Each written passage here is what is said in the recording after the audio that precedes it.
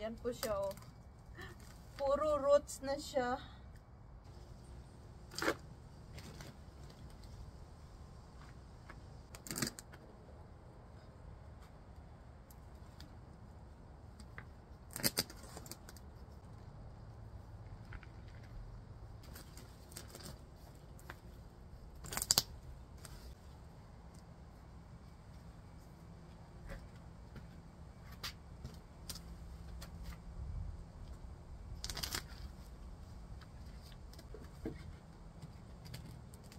Hello guys, ngayon naman itong saging naman yung iriripat natin. Ayan o.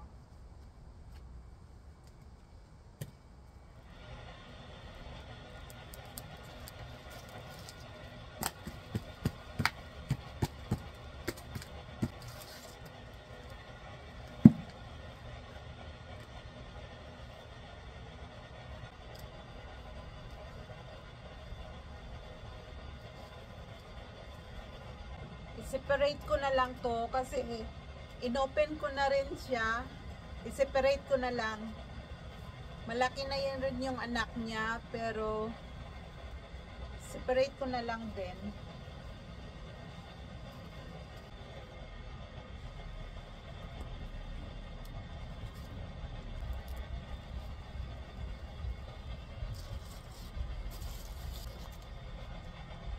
Yan guys.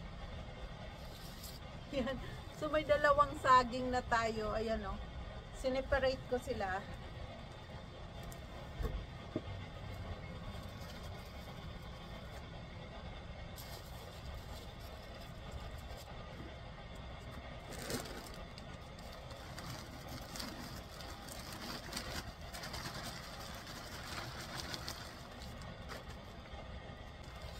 So ito po yung binibili kong lupa.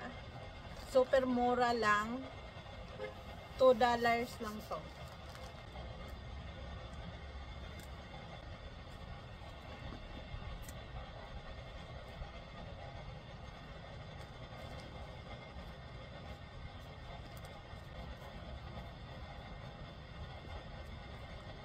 Yan.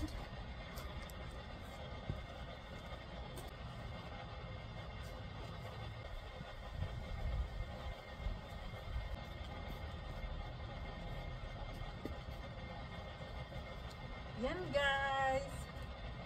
Yan yung saging natin. Dami na nating saging. So ayan guys, nagja-jungle-junglean ako dito sa loob ng bahay. Nandito na yung mga saging na niripat ko kanina.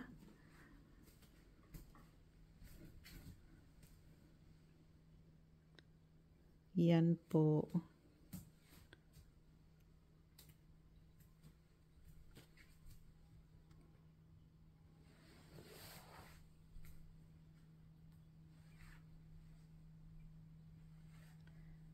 So, mayroong saging dyan. Nilagyan ko ng ibang plants dyan sa may pot niya. Mayroon pang saging dyan. Mayroon pa doon. So, dami nating saging. Pang greens lang sa loob ng bahay. Mayroon pang saging din dyan.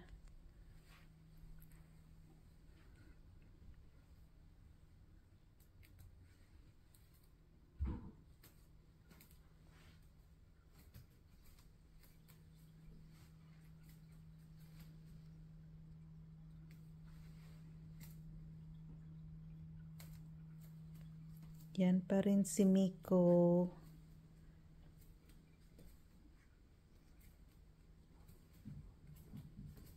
Ito malaki na din tong saging. So nagja-jungle-junglean ako dito guys. Tingnan nyo yung salas ko. Puno ng tanim.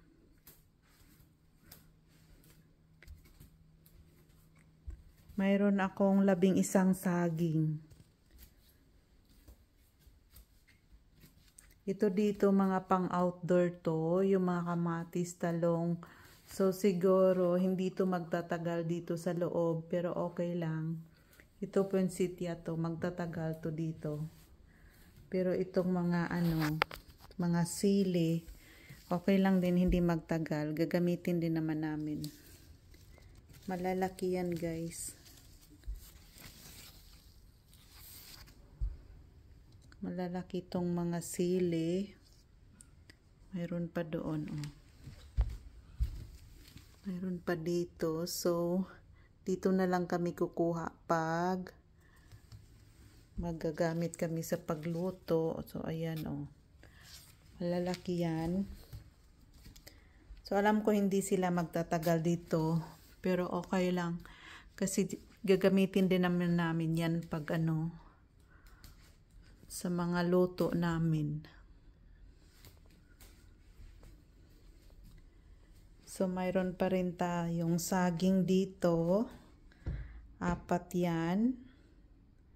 So, dami kong saging guys. Pang greens lang sa loob. Mga anak-anak lang kasi yan. Ng mga isa lang yung nag-start lang ako sa isang isang puno lang talaga. Pero dumami ng dumami. Marami na nga ako nabigyan ng saging kasi last summer nagkaroon ako ng 17 lahat na saging. Yung pinaka-main na pinakamama talaga nila namatay na nga. Pero nakakuha ako ng maraming anak doon. So ngayon, mayroon pa rin akong 11 ngayon.